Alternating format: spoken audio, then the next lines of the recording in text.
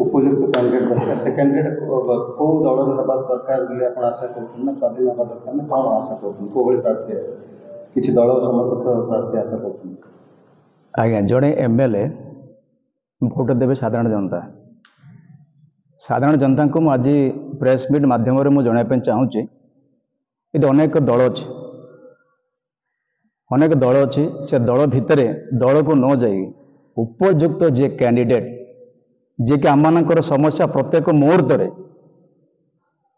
ଆସେମ୍ବଲିରେ ସେ ଉଠାଇ ପାରିଥିବ ଏପରି ବ୍ୟକ୍ତିଙ୍କୁ ଆମେ ପଠାଇବାର ଆବଶ୍ୟକତା ଅଛି।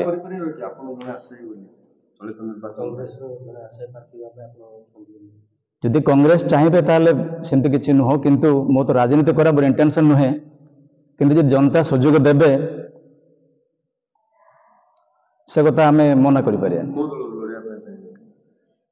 ମୁଁ ସେମିତି କିଛି ଦଳ କଥା ହେଲେ ମୋର ଗୁରୁତ୍ୱ ନାହିଁ ଆଜ୍ଞା, ଗୁରୁତ୍ୱ ହେଲା ମୁଁ ଲୋକମାନଙ୍କ ସେବା କରିବା। ସ୍ୱାଧୀନ ଭାବେ ଆପଣ ଲଢ଼ିବା ପାଇଁ ଆଉ ସୁଦ୍ଧା ମୁଁ ଚିନ୍ତା କରିସାରିନି, କିନ୍ତୁ ସାଧାରଣ ଜନତାଙ୍କୁ ଏହା ମୁଁ କହିବା ପାଇଁ ଚାହୁଁଛି ଏମିତି କିଛି ବ୍ୟକ୍ତିଙ୍କୁ ଆପଣମାନେ ମନୋନୀତ କରି ଭୋଟ ଦିଅନ୍ତୁ ଯିଏକି ଆପଣମାନଙ୍କ ପ୍ରତ୍ୟେକ ସମସ୍ୟା, ପ୍ରଥମତଃ ହେଲା ଆପଣଙ୍କର ମେଡ଼ିକାଲ, ଆପଣଙ୍କର ଗମନାଗମନ, ଆପଣଙ୍କର ପିଇବା ପାଣି, ଆପଣଙ୍କର ଡିଫରେଣ୍ଟ ଟାଇପ୍ ଅଫ୍ ରାଇଟ୍ସ ଗୁଡ଼ାକ ଆପଣଙ୍କର ମୌଳିକ ସମସ୍ୟା ସରକାରଙ୍କର ଅନେକ ଯୋଜନା ଅଛି ଯେଉଁ ଯୋଜନା ଆପଣମାନଙ୍କ ପାଖରେ ସେ ପହଞ୍ଚାଇ ପାରିବ। ଯେହେତୁ ଆମେ ସମସ୍ତେ ଆସେମ୍ବଲି ଭିତରେ ଆମେ ଯାଇପାରିବାନି, ଆମମାନଙ୍କ ତରଫରୁ ଆମେ ଜଣକୁ ଆମେ ନିର୍ବାଚିତ କରି ପଠାଇବା, ଯେଉଁ ନିର୍ବାଚିତ ବ୍ୟକ୍ତି ଆମମାନଙ୍କ ସମସ୍ୟା ସେ ଉଠାଇ ପାରିବେ। ଆଚ୍ଛା ବର୍ତ୍ତମାନ ଯେଉଁ 5 ବର୍ଷ ଭିତରେ 63 ଗଣମାଧ୍ୟମ ବିଧାୟକ ଥିଲେ କ'ଣ ଉନ୍ନତି କରିଛନ୍ତି? ମୁଁ ପ୍ରାୟ ଆପଣମାନଙ୍କ ପାଖରେ ଆଜି ପ୍ରେସ୍ ମିଟ୍ କରିବା ପୂର୍ବରୁ ପାଖାପାଖି ମୁଁ 50ଟା ଗାଁ ବୁଲୁଛି।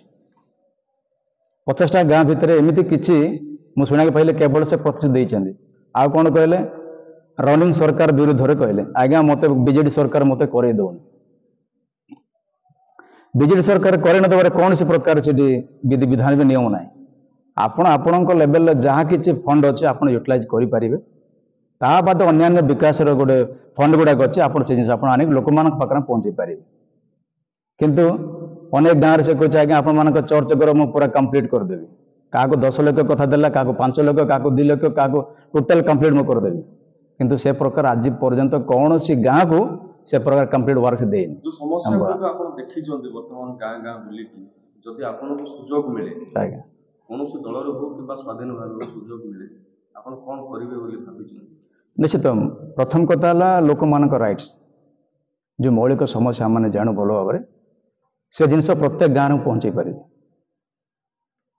ପୁଣି ଥରେ ଗୋଟିଏ କ୍ୱେଶ୍ଚିନ୍ ଆପଣଙ୍କୁ ରିପିଟ୍ କରିବା ପାଇଁ ଚାହିଁବୁ, ଆପଣ କେଉଁ ଦଳରୁ ପ୍ରାର୍ଥୀ ହେବା ପାଇଁ ଇଚ୍ଛୁକ ଅଛନ୍ତି, ଇଚ୍ଛା କେଉଁଠି ପ୍ରକାଶ କରୁଛନ୍ତି?